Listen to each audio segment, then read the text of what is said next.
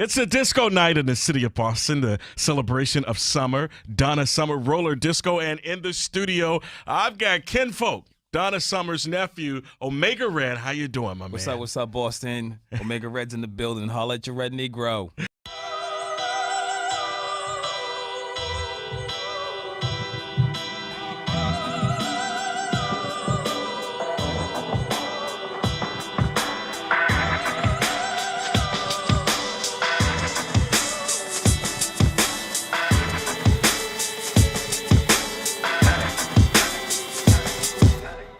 The flow godly, but keep it gangster like Gotti. Got the all seeing eye looking at me counting this money. Minds open, eyes open, it ain't secret societies. The murder rate rise every track that I body. My name is Robert Grant, aka Omega Red, and I'm from Boston, Massachusetts. Well, my childhood was pretty unique. Grew up in a huge family. Moms and pops were music avid fans, and grew up in the inner city of Dorchester, and then we migrated to the suburbs right outside of Dorchester and Randolph. Had a lot of cousins around, a lot of music, a lot of celebrities where I'm from that came up in that area. So I had a lot of people, that I looked up to, that was successful. So my childhood was pretty good. It's pretty decent. I got to see a lot. I learned about a lot of different things, coming from, a lot of my family members came from a lot of different backgrounds. We were very multicultural. So, it was very interesting growing up where I came from. Well, as a young kid, I grew up playing the saxophone. So I'm an actual musician. So I was in a marching band, jazz band, so I had a love for music in general. But I also had a really famous aunt. She was in the, she won 5 Grammys in the music industry, and she was they call her a pop cultural icon, queen of disco. Her name was Donna Summer. So, I didn't really know too much about her when I was young, as like a young kid. But as I got older and we started to get closer, I started to see, who she was and what she was doing. And then, of course, I would always see her at, family events and stuff like that. But we really got close music-wise when I started to really get into the industry and make a name for myself. So, she's seen I was taking this really serious. So at that point, that's when, we started to work together. We worked together a few times before we got a record down that was on my last album. But yeah. It was a great journey, and working with my aunt, I learned a lot from her. She passed down a lot of knowledge to me. So the record that we have is called Angel. So you guys can check that out. But that record, it was a really big record, really big feature for me as well. Coming up, and in this, I dabble in the streets a little bit. I used to get in a lot of fights. But, that's through high school. I got kicked out of high school one time and I had to go to another high school. Used to fight a lot.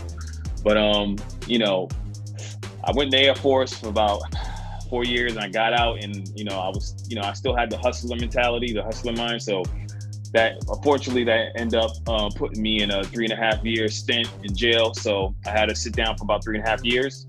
And that was a tough period in time in my life because, I got to really see who my friends were and, and who's really there for me.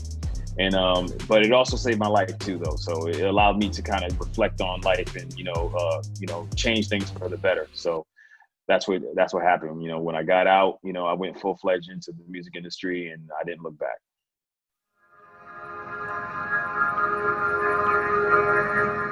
I'm joined by Benny the Butcher. This is D from the Projects. Rick G.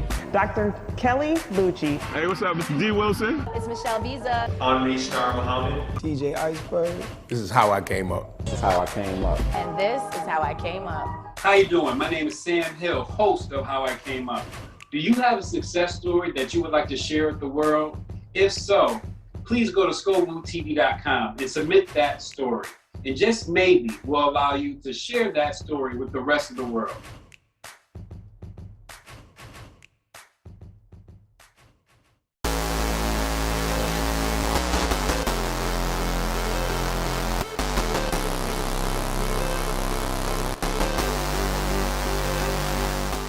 What do I do professionally? Well, I own a independent label, a publishing company, and I run a consulting business for merchant services.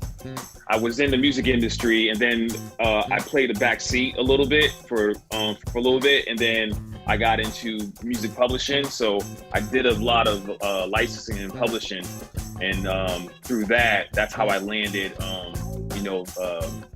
big placements on TV and film for music. So I'm also an artist. So how I got into the music biz, I had a really good friend. His name was DJ Roy Barboza. He played my first single on radio, and it was called Soul Clap. And then he introduced me to another guy. His name was DJ Master Millions. He was really cool with his name was DJ Sinatra. So DJ Sinatra, I think, is currently Ty Dolla $ign's DJ, but at that point he was Ray J's DJ. So they were really good friends. So he connected me with Ray J. What happened was that, I got my first break in LA. Being from Boston and New England was very competitive. So what happened was, I just made a name for myself in the New England area. So I reached the ceiling. So I moved to New York City, and then from New York City I met my publicist, and then I was traveling back and forth to LA, and then did my first single with Ray J, and then Ray J introduced me to a ton of producers that he worked with, and then one of them worked for Akon at that time, Convict Music, and then later on he got signed to Young Money, but he produced a ton of records for Beyonce, Jay-Z, and Wiz Khalifa, ton of artists. So he produced a bunch of stuff on my records and my album, and then that's how I got started. As I got deeper into the music industry, it's a business. So I started to learn more about the business side of it, and that's how I got into music publishing. And then getting placements on like Black Lightning. I did the theme song for Black Lightning on the first season, and then it was pretty cool when I was looking at the series, and the networks were looking for a song, and my publishers were saying they were looking for a certain type of EDM rock type of song. So I just embodied that spirit and put that on the record. So that was pretty dope. And the publishing side of it, that's where the real money's at, to be honest with you. Like, record sales is great, streaming is great, but once you get that synchronizing, it's called sync licensing. So that's when the music gets played in the scene of a TV or film. So that's where the real money's at, So those royalties, they last a long time. So pretty much a lifetime, pretty much. So that's how the publishing game works. You make music that is cinematic, that fits, scenes in movies or TV and film. Getting into merchant services, just helping business owners grow their business and saving the money at the same time. So, I was a networker anyway, being in the music business. So I just utilized my talents that I learned from the music industry into corporate America. So that's just a quick summary of my journey. But that's pretty much how everything rolled out. Yo, this is Big Capital, chilling with Omega, and this is Stay Grindin Incorporated, nigga. We getting it in. Forever kill threes on the swarm, nigga. I feel like there's levels of success. I'm still working at certain levels of success, but how did I get to the point where I'm at today? Just believing in the process and having insane confidence and faith in myself. I did go to school. I got my associates in audio and media technology. I went to AI. So, I did want to have knowledge of, mixing and engineering. So I didn't want to just, be an artist. I also wanted to make sure that I was able to mix and engineer and be self-sufficient when needed to be. So that's what I went to school for. And it's just relationships, building relationships, being of value to people, helping other people, giving. There's a lot of takers in this world, not enough people that give. So I gave a lot, other people helped me because of that fact, right? So that's how I became successful thus far, just, being me, and reaching out and helping people, empowering people. And in return, they help you. I didn't get here on my own. So it's all about collaboration.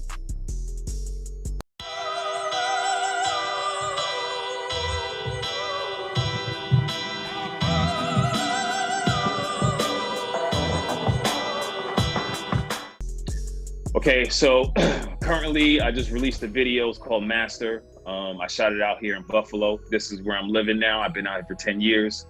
And I shot it with a director called, name was Derek Rocco, a good friend of mine. And we just released that video.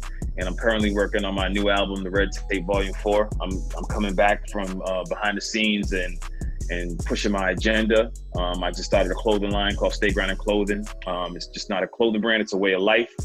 It's for everybody who, who's part of that stay grinding culture, who get up every day to try to achieve their dreams and goals, to be successful. That's what my culture embodies. So that message can resonate with people from Main Street to Wall Street. So that's what I'm working on right now. I'm working on building this lifestyle and culture. I don't think the end game for me, I don't think that I will have an end game. I think I will be constantly evolving as a person and as a musician and as a businessman. I don't think that there's ever going to be an end to what I do. I just think there's going to be me passing down generational legacy and being more of a, I would say, humanitarian, or what's it called when you angel investor, or I just want to be able to shift cultures and just pass down generational wealth. But I don't think there's ever going to be an end game to what I'm doing. Boston does a great job of recognizing the history with Donna Summer, New Edition. Where do you see the city going forward? Well, I mean, I still work with a lot of artists in Boston, so I'm all about evolution and let the young generation take over, so I mean, I feel like a few of them are doing a great job at taking it over. Yeah. So I feel like very talented artists here, always have been. Absolutely. Absolutely. A lot of them got to get the business side of it, though, because it's a business. Yeah. I work with many different artists and many different genres. As a musician, I grew up playing saxophone, so I can cross all genres. So I don't really look at music as I don't look at genres like other people category genres. Like, I just like music. So I collaborate with people from country to rock to hip hop to R&B to jazz to EDM. There's really no limit. When you look at my discography, you'll see that I have my discography is very diverse and versatile. So I go working from people from like Ray J to KRS-One. I got a song with KRS-One, and then I'm currently working on something potentially with Luke James. He's a huge country star right now. So stuff like that. So I can work with anybody.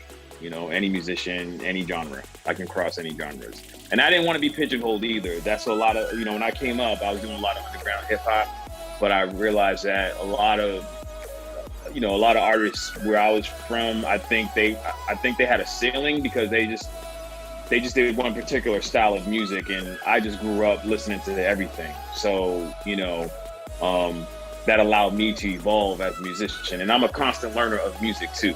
I'm still learning about new things. I learn from the young people too. The new generation that's coming up, I learn from everybody.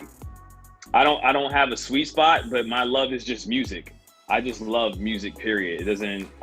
Like, a lot of people like when I spit them bars and stuff like that. They love that, but I'm a songwriter too, and I'm a composer, and I'm an author, and I'm an arranger. So I would say, most of my fans, they do like they do like it when I spit those bars, but at the same time, I like to write cinematic music as well. How do I feel about the old school and new school? I mean, I'm around a lot of old school cats, man. My brother-in-law is DJ Chill Will. That's Dougie Fresh's DJ, and we have these conversations all the time. Me and my sister, we always have these conversations about the old school versus the new school. And I mean, the old school, I mean, they're the foundation. I mean, you supposed to go back and give homage and learn from them. That's what I feel. But also, you got the new school that they're trying to make a way too. And at one point, I was considered new school to the old school. So my whole thing, I like to bridge those gaps. I like to bridge the old school and new school. And I feel like there's a lot of great new talent out there, and you just have to find them. You're gonna find artists that you don't like. You're gonna find artists you do like. And I feel like in every generation, you're gonna have that. Yeah. So in my 20 years in the music industry so far, you know, I've got a few accolades, and I've been featured on the Boston Globe and, you know, the front page of the Boston Globe, and that was a big milestone for me. And also won, you know, a couple of awards for New England Music Awards, and also won some awards in Hollywood and music and media. Also, I just finished another record with 88 Keys. He's the I think he produced No Church in a While with Jay-Z and Kanye. So I just actually got done working with him on my next single called Home Sweet Home.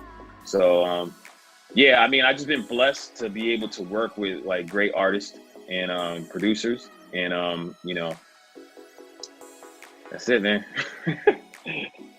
How you can find me, you just go straight to my website. It's OmegaRedSuperfan.com. That's OmegaRedSuperfan.com.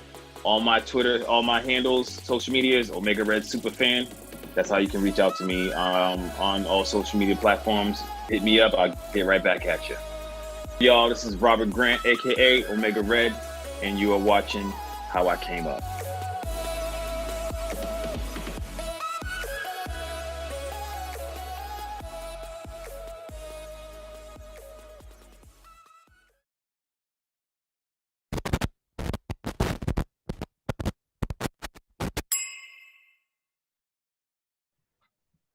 What is your name and where are you from?